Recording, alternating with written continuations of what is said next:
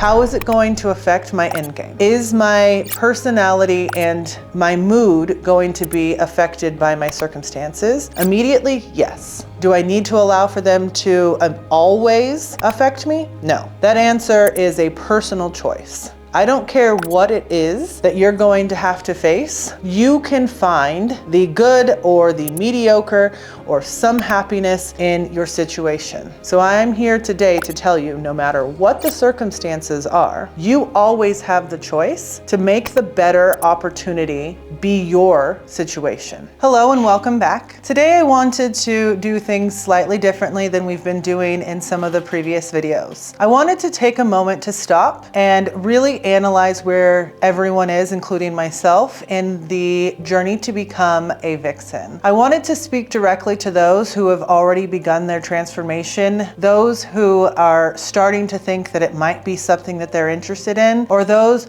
who are too afraid to start because they're simply too afraid to fail. What I want to talk about today is that no matter where you are in your journey to becoming a better version of yourself, and therefore a daily vixen, that it's okay to have hiccups. This is what I've spoken about previously with regards to hitting minefields or hiccups or wrong turns and having to adjust and pivot and pick up where you left off so that you can continue on to be successful in your journey. But what happens when life really throws you a curveball? What happens when someone you love gets sick? What happens when you yourself get sick? What happens when you have to care for someone and you aren't prepared for that? What happens when you experience a death of a beloved family member or friend, or even a beloved pet? How do you pick up the pieces, give yourself the grace that you genuinely need to get through these time periods and continue to move forward? How do you take into consideration that it's okay to feel grief, that it's okay to have a day where you feel off? It's okay to feel emotionally unhinged as long as you are actually keeping up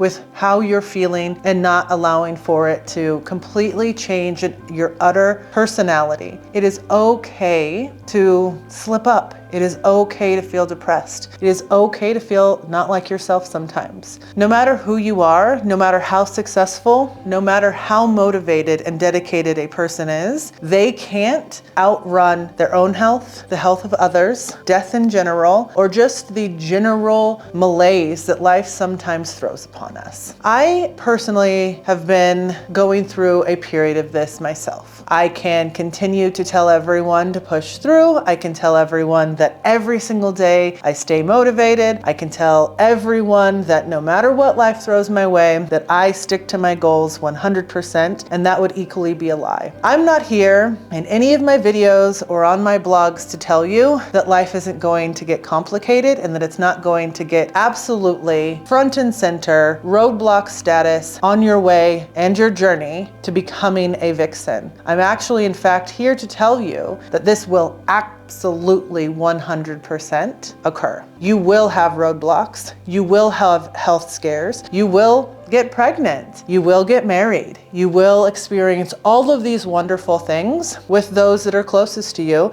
and they're going to hinder your progress. It's really how you experience and you handle those periods and allow for yourself to get back up on that horse and ride back into the sunset of your progress that's going to make you stand out from those around you. So what do you do when you have a health scare, when you get diagnosed with something you never even heard of, when you have to have surgery that you didn't anticipate, when you have to have a surgery that's going to utterly change who you are, when you find out that you're pregnant and you're not ready for it? What do you do to be able to combat this particular set of circumstances today, work through them, give yourself grace, and be able to overcome what could completely and utterly derail someone else? Well, personally, I allow for myself to fully soak in the situation, do my own research, figure out if there's something that I can change within my life that might better my circumstances. Can my physical health be changed or altered or better by making healthier food decisions? That answer is always yes. But are there particular choices that I could make under my certain circumstances that are going to make my certain circumstances better? I personally am not a nutritionist.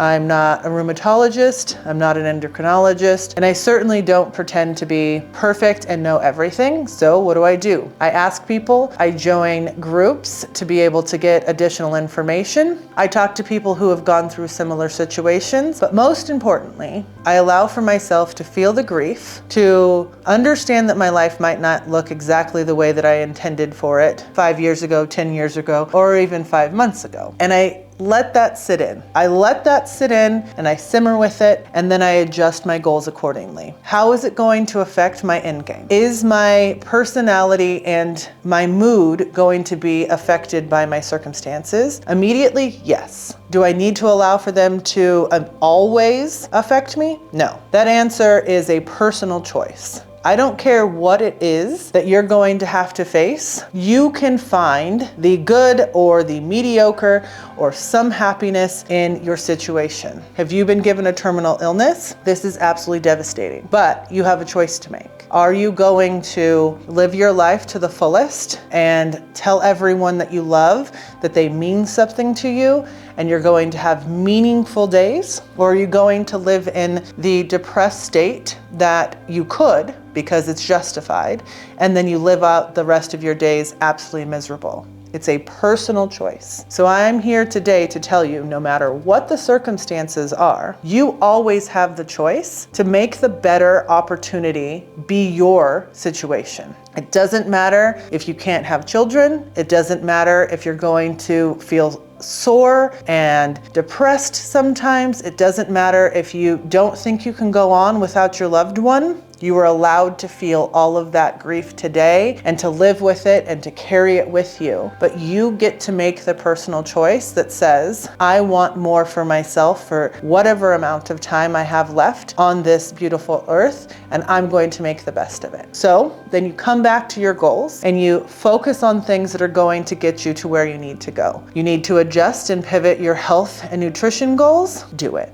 Do you need to spend more time with loved ones and those people that are your support system? Do that. Do you need to seek out therapy so that you can talk through what you're going through? Absolutely do that. None of these things makes you lesser than. It actually empowers you because you're making the personal choice to do better for yourself and to do better for what you want in the future. No matter what it is and no matter what your healing journey looks like, you can make it better. As someone who has personally had a very drastic change that required surgery and now will require medication, I know just how thrown off my rocker I can be, and it has affected my ability to write and to create content and to be in the right mindset to be able to do so. But I've recognized that within myself because at the end of the day, what matters most to me is me. I have to be a good person, a happy person, a motivated person so that I can be a good wife, a good stepmother,